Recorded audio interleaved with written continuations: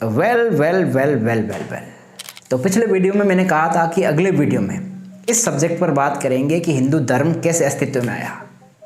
यहाँ एक ऐतिहासिक सच्चाई आपको ध्यान में रखनी पड़ेगी कि ब्राह्मण धर्म और बौद्ध धर्म लंबे समय तक एक दूसरे के प्रतिद्वंदी रहे।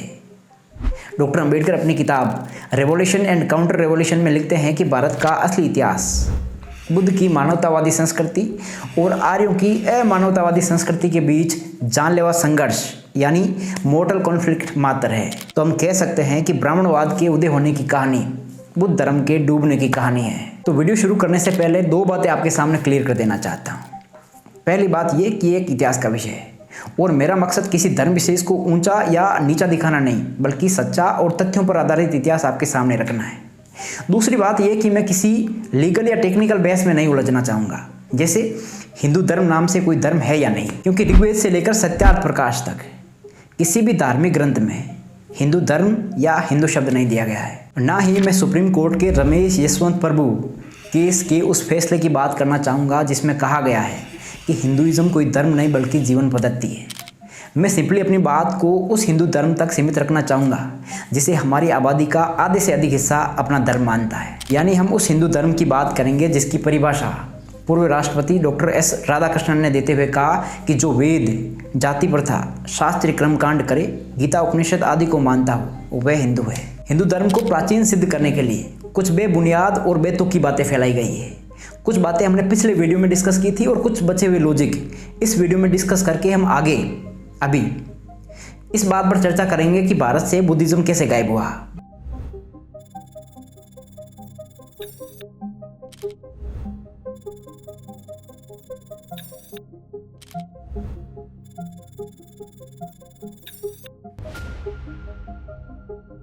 कुछ लोगों का दावा है कि भारत में हिंदू सिंधु घाटी सभ्यता के वक्त से मौजूद थे। अरबी और फारसी लोग से को है बोलते थे तो वो सिंधु को हिंदू बोलने लगे और आगे जाकर ये नाम हिंदू ही रह गया। ये बेतुका और रेडिकुलस आर्ग्यूमेंट है। कैसे? क्योंकि अगर वे से को है बोलते थे तो वे अपने सुल्तान को हुल्तान, सूबे को हुबे और सहारा को हाहारा क्यों नहीं बोलते? क्योंकि भाई सुल्तान, सूबे और सहारा भी तो अरबी और फारसी ही वर्ड्स हैं। सोचो। खैर 300 ईसा पूर्व के आसपास मेगास्थनीज, एरियन और स्ट्रेबो जैसे विदेशी राइटर्स ने भारत में इंडिकस क्षेत्र होने का उल्लेख किया है। इंडिकस को हिंदी में हिंदू कुश बनाकर सो कॉल्ड इंटेलेक्चुअल्स ने हिंदू कुश का संधि विच्छेद करके हिंदू प्लस कुश बना दिया। हिंदू यानी हिंदू धर्मी और कुश का मतलब कत्लेआम, अर्थात हिंदू कुश वे जगह है जहाँ इन लेखकों के अनुसार हिंदू काटे गए थे। ये एक बेस्टलेस आर्ग्यूमेंट है। कैसे? सी, अगर ऐसे अर्थ का संधि विच्छेद करने लगे तो राष्ट्रपति का अर्थ क्या निकालोगे फिर? और पाखाना को पा प्लस खाना में संधि विच्छेद करके क्या वहाँ पर खाना पकाओगे? नहीं ना।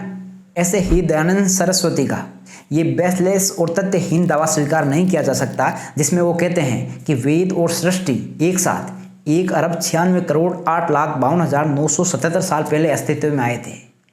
दुनिया के किसी भी स्कूल में आप ये लाइन बोलोगे तो प्राइमरी स्कूल के बच्चे भी आप पर हंसेंगे। लेकिन अफसोस, ऐसे बेतुके लेखकों की किताबें हमें टेक्स्ट बुक के तौर पर इस देश में पढ़ाई जाती है। खैर, सम्राट अशोक ने 270 ईसा पूर्व यानी अब से 2300 साल पहले धम्म लिपि में सैकड़ों शिलालेख लिखवा दिए थे, जो ये दर्शाता है कि उस दौरान भारतीय शिक्षित थे। लेकिन हिंदू धर्म के मुखिया यानी ब्राह्मण्स ने अपना धर्म प्राचीन सिद्ध करने के लिए उस लिपि पर अपना मेड बाय ब्राह्मण का ठप्पा लगाने के लिए ये दावा ठोक दिया कि ये लिपि तो हमारे वर्मा जी की है, ब्राह्मी लिपि। लेकिन मज़ेदार बात यह कि किसी भी ब्राह्मण ने अपना धर्म ग्रंथ इस लिपि में नहीं लिखा है। ये दावा सही माना जा सकता था अगर भारतीयों को एक भी धर्म ग्रंथ हिंदुओं का ब्राह्मी लिपि में लिखा हुआ मिल जाता। ऐतिहासिक तथ्य यह है कि ब्राह्मण्स के सभी धर्म ग्रंथ देवनागरी लिपि में लिखे गए हैं, जो धम्म लिपि से लगभग 1500 साल बाद में विकसित हुई थी। तो लॉजिकली ये माना जाना चाहिए कि इसी के आसपास हिंदुइज्म का आगाज हुआ था। तो अब हिंदू धर्म का इतिहास कैसे खोजें? हमारे पास एक रास्ता है। रास्ता यह कि हम बुद्धिज्म का इतिहास देखें। जैसे जैसे बुद्ध धर्म का खात्मा हुआ है वैसे वैसे ब्राह्मण धर्म फला फूला है। इसलिए हम बुद्ध धर्म की समाप्ति का इतिहास अगर खोदेंगे तो हमें ब्राह्मण धर्म के उदय का इतिहास मिल जाएगा। ऐतिहासिक तथ्यों से एक बात क्लियर हो जाती है कि बुद्ध काल में ब्राह्मण धर्म नहीं था, फिर अंग्रेजों के काल में भी बुद्ध धर्म नहीं था। हम इस कालखंड को फर्दर 3 भागों में डिवाइड कर सकते हैं। पहला, बुद्ध से कुषाण काल जब भारत में बुद्ध धर्म का वर्चस्व था। दूसरा, गुप्त काल से वर्धन काल, जब बौद्ध धर्म और ब्राह्मण धर्म के लोगों में संघर्ष चला। और तीसरा, पोस्ट वर्धन काल, जब शंकर और कुमारिल जैसे लोगों ने बुद्ध धर्म को जड़ से उखाड़ कर फेंका था। तो शुरू करते हैं बुद्ध काल से लेकर मौर्य काल तक के इतिहास से।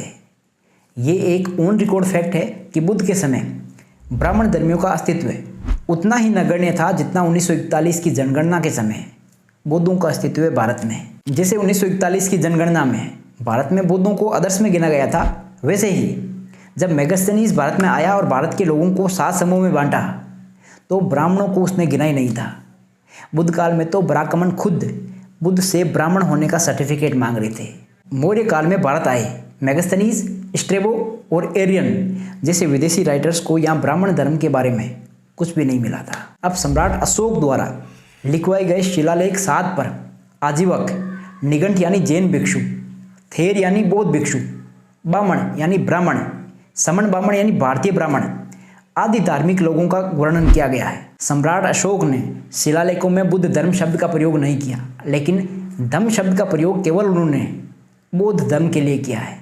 चाहे उन्होंने ब्राह्मण शब्द का प्रयोग ब्राह्मण धर्म के लिए नहीं किया, लेकिन ब्राह्मण समूह और उसके कार्यकलापों के लिए जरूर किया है। इसलिए हम इन उल्लेखों को ब्राह्मण धर्म कह सकते हैं। वैसे भी ब्राह्मणों के सभी धर्म ग्रंथ केवल ब्राह्मणों के द्वारा लिखे गए हैं और उन्हीं की स्तुति में लिखे गए हैं। अतः इतिहास की बात करें तो अशोक काल में ब्राह्मण धर्म की एक अंग यानी यज्ञ की शुरुआत होना मान सकते हैं। श्राद्ध, आत्मा, परमात्मा, अवतार, मूर्ति पूजा, आरती आदि की बातें उस समय अस्तित्व में नहीं थी। बुद्ध के बाद और मौर्य काल के उदय के समय तक यानी 483 ईसा पूर्व से 320 ईसा पूर्व के 150 सालों में ब्राह्मण वर्ग की ज़्यादा कोशिश अपने व्यक्तिगत धर्म की स्थापना करने के बजाय बुद्ध धर्म पर अपनी पकड़ मजबूत करने की दिखाई देती है। नतीजतन इन 150 सालों में ब्राह्मण बुद्ध धर्म के महायान के अलावा भी 18 और अलग अलग भाग करके हर डेरे के सरगना बनकर बैठ गए थे। जब सम्राट अशोक ने बौद्ध धर्म की कमान संभाली तो ऐसे 60,000 नकली भिक्षुओं को संघ से बाहर निकाल कर फेंका था और साथ में धार्मिक कर्मकांड करने के नाम पर पशुओं की बलि देना भी बंद करवा दिया था। असल में सम्राट अशोक के इन्हीं 2 कामों की वजह से उन ब्राह्मणों को एकजुट होकर ब्राह्मण धर्म की नींव रखने के लिए मजबूर कर दिया था। लास्ट वीडियो में मैंने आपको बताया था कि बुद्ध द्वारा उनको जन्म के आधार पर ब्राह्मण नहीं माना गया था। इस वजह से वो बुद्ध से पहले से नाराज थे। फिर सम्राट के इन 2 कदमों की वजह से उन्होंने बुद्ध धर्म को अपना शत्रु बना लिया। इसलिए जैसे ही उनको मौका मिला तो सबसे पहले उन्होंने बौद्ध सम्राट राजा वज्ररथ की हत्या की।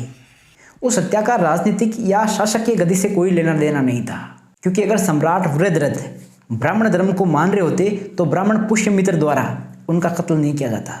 लेकिन इस कत्ल से न तो बौद्ध धर्म भारत से समाप्त हुआ और न ही ब्राह्मण धर्म अधिक भारत में फैला।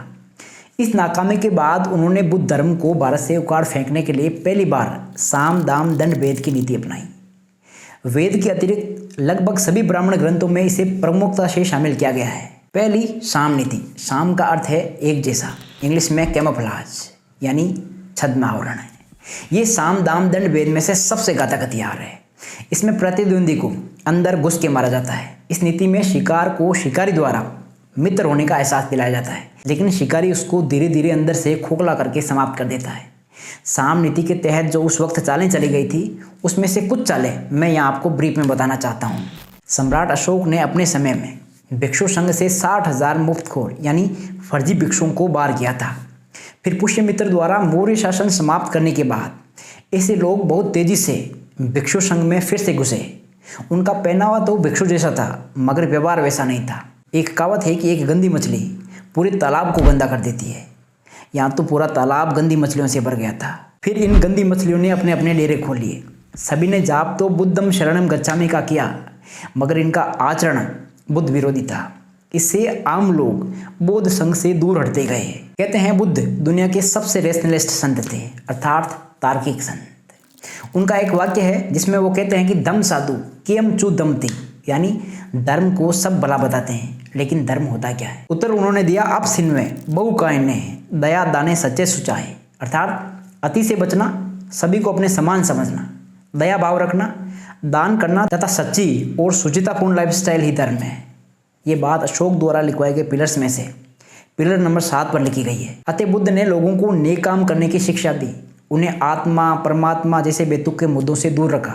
लेकिन साम नीति के तहत संघ में घुसे लोगों ने बुद्ध को ही ईश्वर बनाकर पूजना शुरू कर दिया। चितड़े पहनने वाले बुद्ध को सोने में लपेट दिया और उनके साथ कई देवी देवता और खड़े कर दिए और अंत में एक कहानी बना दी कि बुद्ध तो भगवान विष्णु के अवतार है। कमाल। सिर्फ बुद्ध धर्म को मिटाने के लिए साम नीति के तहत बुद्ध को भगवान विष्णु का अवतार बताया गया है। अब आप सोचो, अगर बुद्ध के प्रति सच्ची श्रद्धा होती तो अन्य अवतारों की तरह बुद्ध को भी हिंदू मंदिरों में पूजा जाता या नहीं पूजा जाता? लेकिन नहीं पूजा जाता। क्यों? आप सोचो। खैर, साम नीति के तहत ही ब्राह्मण अश्वघोष ने बुद्ध चरितम लिखा। बुद्ध के जन्म से लगभग 8 सदियों बाद उनको पहली बार किसी ने क्षत्रिय जाति का ठप्पा लगाया था। इस प्रकार एक मूल भारतीय संत को ब्राह्मणिक समूह का सदस्य बना दिया गया। साम नीति की चालों से यहाँ के मूल भारतीयों से उनकी बुद्ध जैसी अनमोल निधि चुपचाप हत्या ली गई और उनको खबर तक नहीं लगने दी गई। बुद्ध ने भिक्षुओं के लिए जो नियम निर्धारित किए थे उनको विनय पिटक कहा जाता है। विनय पिटक का सर्वप्रथम नियम है कि जो भिक्षु हत्या करे, चोरी करे, सेक्स करे अथवा अलौकिकता यानी डिविनिटी की बात करे, उसे सदा के लिए संघ से बाहर निकाल दिया जाए। नागार्जुन, कुमारिल और पद्म संभव जैसे ब्राह्मण थोक में संघ में घुसे और उन लोगों ने न केवल समस्त ब्राह्मणिक देवी देवताओं को बुद्ध धर्म में घुसेड़ा, बल्कि सबसे गंदा काम उन्होंने ये किया कि उन्होंने मानसरोवर जैसे स्वच्छ बुद्ध धर्म में तंत्र मंत्र जैसे विभत्स और अश्लील कर्मकांड भी घुसेड़ दिए। यहाँ तक कि तिब्बती लामाओं ने बुद्ध की सेक्स करती अश्लील मूर्तियाँ तक बना डाली। शर्म की बात यह है कि किसी वक्त भिक्षु रहे राहुल सांकरत्यायन पांडे ने ऐसा कुकृत्य करने वाले अपने पूर्वजों को क्रिटिसाइज करने की बजाय बौद्ध धर्म को ही तांत्रिक नाम दे डाला। यहाँ तक कि अंगुलीमाल जैसे हत्यारे के हाथ से तलवार छुड़ाने वाले बुद्ध के हाथ में तलवार दे दी गई। अब ये गुप्तकालीन सिक्का देखिए। गुप्त राजा जैन धर्म के संस्थापक महावीर स्वामी के लिच्छवी खानदान से थे और वे बुद्धिस्ट थे। लेकिन इस सिक्के के आधार पर सभी लेखक चिल्लाते रहते हैं कि वे तो ब्राह्मण धर्मी थे और अश्वमेघ यज्ञ किया करते थे। इस सिक्के पर जो स्त्री है वे उनकी कुल देवी कुमार देवी है। उनके हाथ में चंवर है जिसे वे खड़ग बताते हैं। घोड़ा छतरी के नीचे खड़ा है, जबकि अश्वमेघ यज्ञ के लिए पशु को 22 अंगुल व्यास जितने मोटे खूंटे से बांध कर रखना होता था।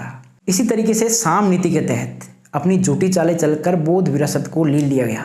दूसरी नीति दाम। दाम माने कीमत।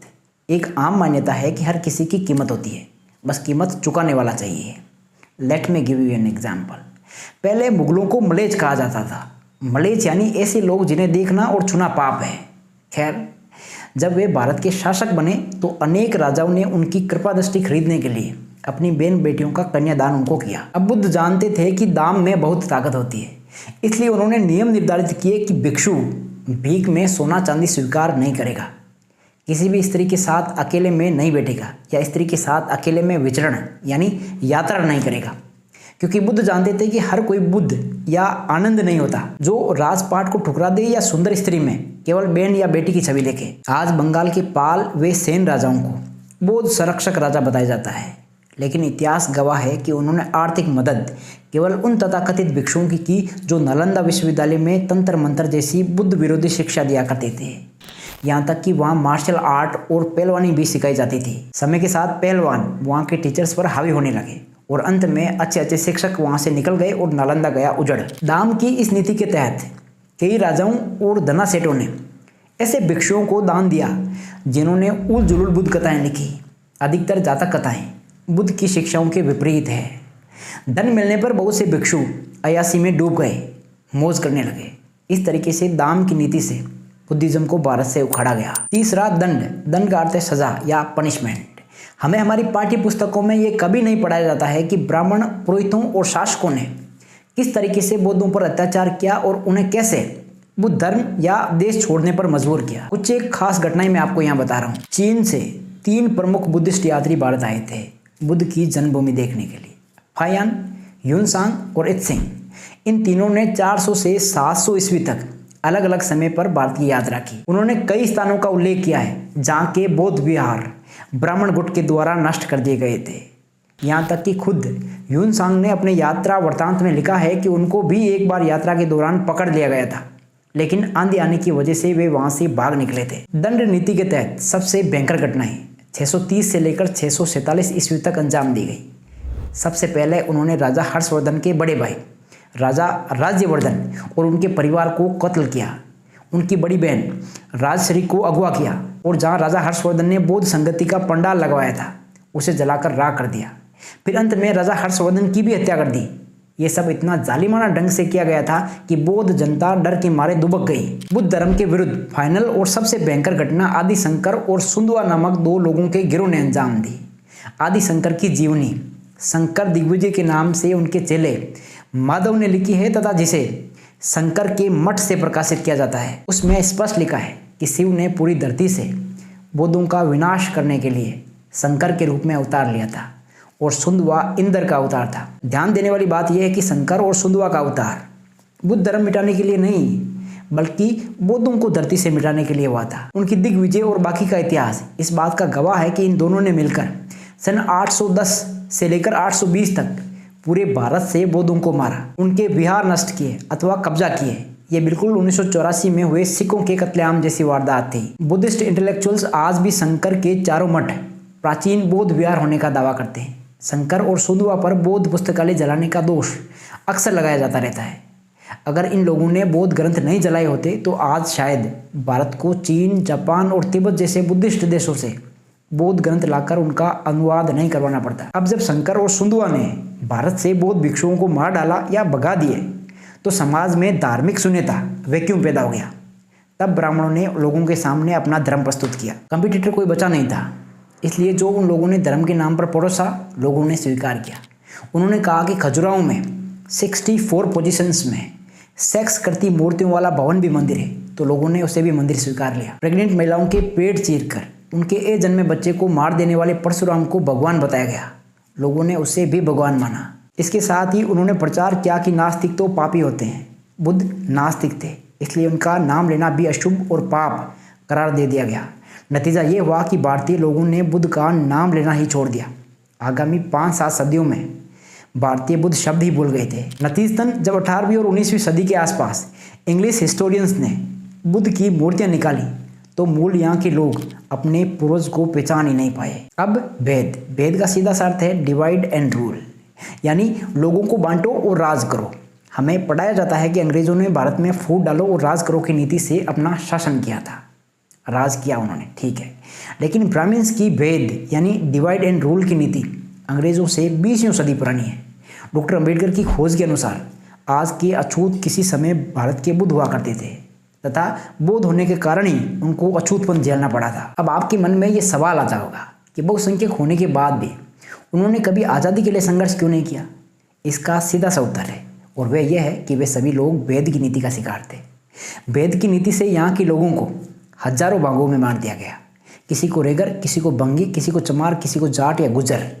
अलग अलग भाग में बंटे होने के कारण इन लोगों ने कभी कोई विद्रोह किया ही नहीं। कुछ लोग ये प्रचार करते हैं कि भारत में मुस्लिम आक्रांताओं ने बुद्ध विहार और बुद्ध की मूर्तियां तोड़ी क्योंकि उनके धर्म में मूर्ति पूजा अधर्म है। ये सभी लेखक सिर्फ और सिर्फ एक बख्तियार खिलजी द्वारा बिहार के उदंतपुर का विहार तोड़ने की घटना का उल्लेख करते हैं। अब सवाल यह है कि क्या केवल एक मुस्लिम हमलावर द्वारा एक विहार पर हमला करने से पूरे भारत के विहार नष्ट हो गए? और फिर उन मुसलमानों की ब्राह्मणों से क्या रिश्तेदारी थी कि उन्होंने बुद्ध विहारों को बुद्धों से छीनकर ब्राह्मणों को दे दिए, जिन पर वे आज भी कब्जा जमाए बैठे हैं। ये वाली बात आपको कोई नहीं बताएगा कि जब मुस्लिम राजा फिरोज शाह तुगलक को जब सम्राट अशोक के स्तंभ मिले तो उन्होंने वे स्तंभ बड़ी शान से अपने महल की सबसे ऊंची मंजिल पर स्थापित किए।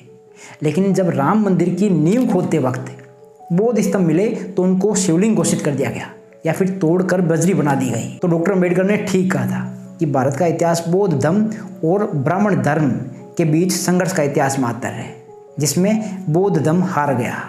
तो इस वीडियो में इतना ही। वीडियो पसंद आया तो वीडियो को लाइक करें। अगर आप चैनल पर नए हो तो चैनल को सब्सक्राइब करके बेल आइकॉन दबा लें। और हाँ, आप कमेंट करके मुझे बता सकते हैं वीडियो कैसा लगा। और हाँ, पिछला वीडियो आप यहाँ क्लिक करके देख सकते हैं। For now, thank you for tuning in. प्रेम बना रहे।